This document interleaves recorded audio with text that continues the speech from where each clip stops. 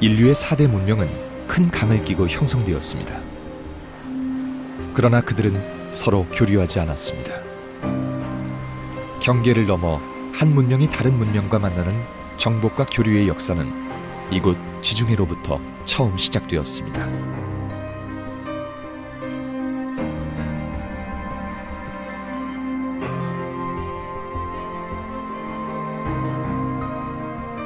여기 잊혀진 한 왕국이 있습니다. 터키 중남부 2000m가 넘는 산 정상에는 인공산 하나가 있습니다. 큰 돌을 일일이 깨어 자갈로 만든 다음 50m 높이로 쌓아 올린 것입니다.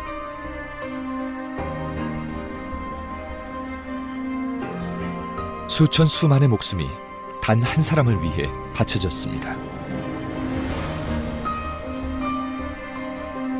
영원한 왕국을 꿈꿨던 한 미치광이 왕의 무덤입니다. 산 정상에는 무덤을 지키는 거대한 석상들이 있습니다. 그리고 그 아래에는 몸통을 잃은 두상들이 말없이 서 있습니다.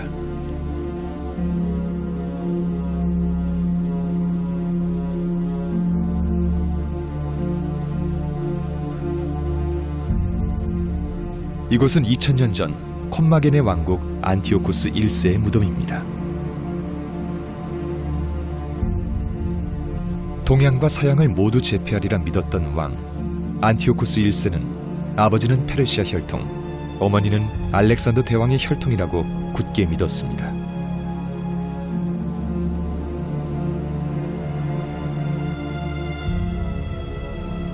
아시아의 평원과 유럽의 지중해, 모두를 바라볼 수 있는 이 높은 곳에 자신의 무덤을 건설한 이유가 바로 그것입니다. 아폴론, 헤라클레스,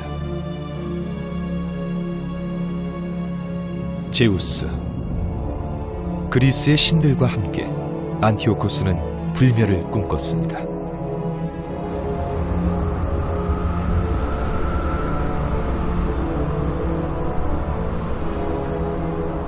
천년의 바람이 붑니다. 물을 가지지 못한 문명은 그리 오래가지 않았습니다.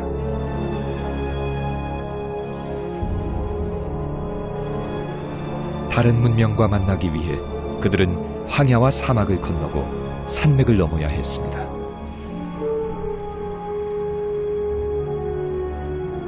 강물의 축복도 바다의 풍요로움도 가지지 못했던 험준한 왕국의 왕 안티오쿠스 1세.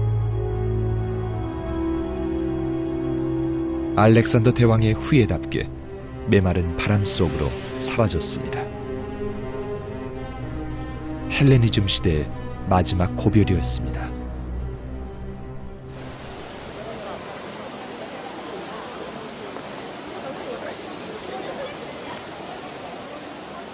콤마겐의 왕국을 무너뜨린 세력은 바로 로마인들이었습니다.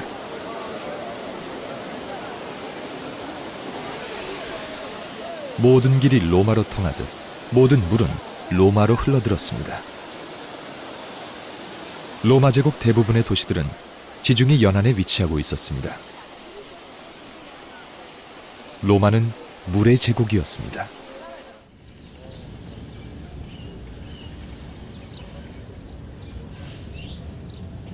고온 건조한 지중해성 기후.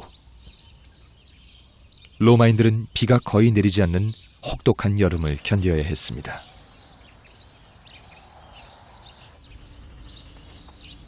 제국이 커질수록 더 많은 물이 필요해졌습니다. 바로 이 수도교가 로마의 물줄기였습니다. 수도교는 로마 제국의 도시 곳곳에 효과적으로 물을 끌어왔을 뿐만 아니라 공학적으로도 뛰어난 건축물입니다.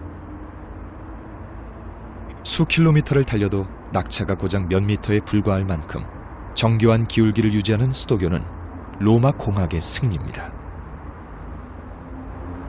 로마 수도교는 지중해 서쪽 스페인 땅에서도 발견됩니다.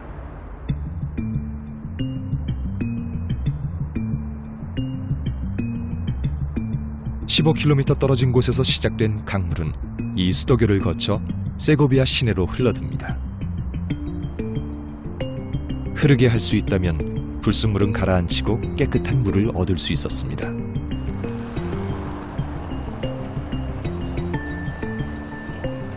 물을 끌어올리는 동력은 없었지만 로마인들은 뛰어난 건축공학을 통해 물을 흐르게 하였습니다.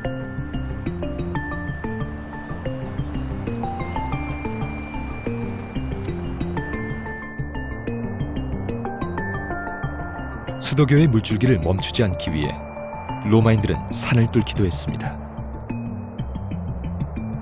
물이 물을 건널 때도 있었습니다.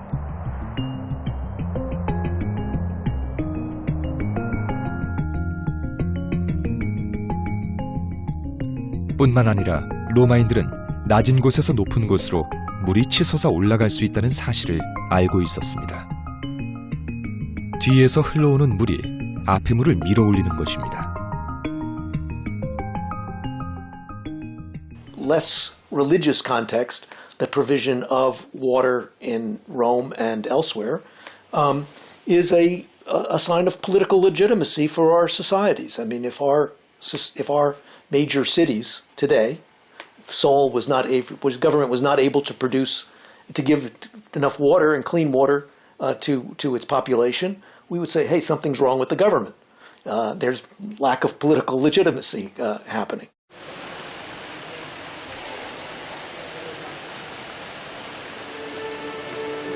로마의 초대 황제 아우구스투스는 로마 최초로 수도국을 설치했습니다. 물은 국가가 관리해야 한다는 것을 알고 있었습니다. 물을 저장하고 안정적으로 공급하는 것은 단순한 공학 기술이 아니라 강력한 통치 기술이었습니다.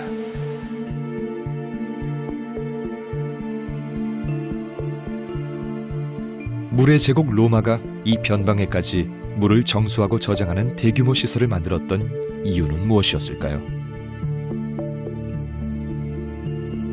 로마의 물을 먹는 자는 누구나 로마인이었기 때문입니다.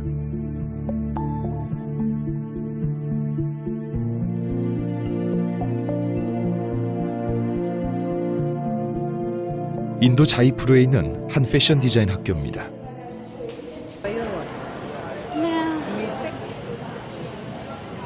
40도에 가까운 날씨. 하지만 놀랍게도 실내 온도는 20도대를 유지합니다.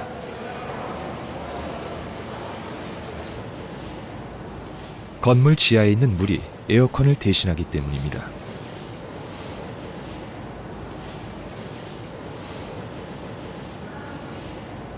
그뿐만이 아닙니다.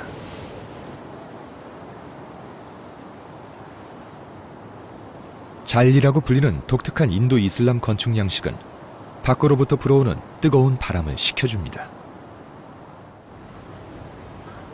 에어컨을 대신하는 인도인들의 지혜는 그리 놀라운 사실이 아닙니다. 훨씬 큰 건물들이 있었습니다.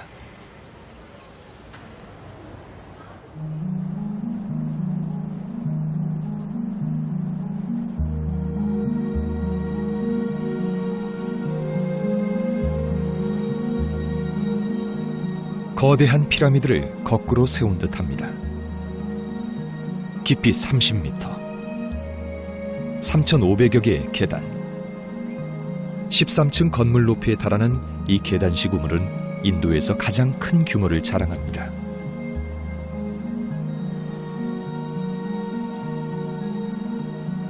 찬드 바오리는 9세기에 만들어진 인공 저수 시설입니다. 라자스탄주는 인도에서도 가장 메마른 지역 중 하나입니다. 이와 같은 계단식 우물이 집중적으로 발달했습니다. 밑에서 솟는 샘물과 계단을 타고 흘러내리는 빗물이 합쳐지는 구조. 이 계단식 우물의 물이 항상 차갑게 유지되는 이유가 있습니다. 지하 30m의 흙이 우물의 온도를 낮춰줍니다. 계단식 우물은 자연스럽게 물의 거처이자 사람들의 쉼터였습니다. 아름다운 디자인은 과학의 원리를 품고 있었습니다. Yeah, the technique, if you talk, it is based on evaporative cooling. That means, when the water has a very high latent heat of vaporization. That means it consumes a lot of heat to vaporize. Now, when hot air comes in contact with water, it will take plenty of heat from the, it will take a lot of heat from the water and evaporate. And the technique is called evaporative cooling.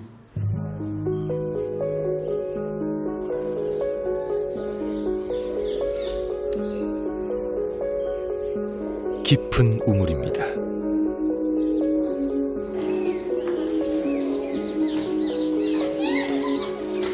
이 계단식 우물은 사원을 닮았습니다.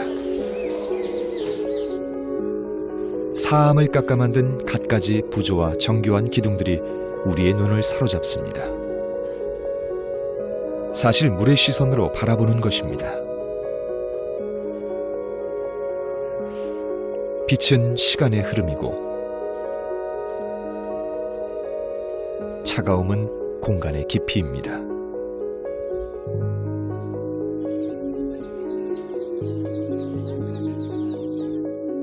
라니키 바브는 11세기 구자라트주의 한 왕비가 만든 계단식 우물입니다.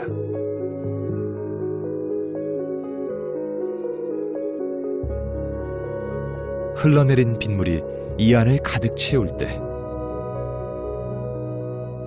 빛의 여신은 물의 여신이 되었습니다.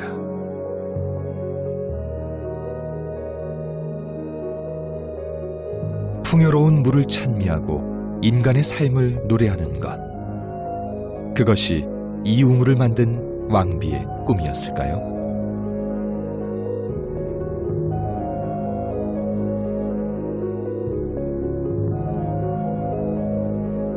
아마도 이 거대한 우물의 물이 수많은 인도인들의 타는 목을 적셔주었을 것입니다. 인도인들은 물을 길들이지 않았습니다. 강물을 대신하는 빗물과 샘물. 그들은 그저 두 손 모아 그 물을 모았습니다.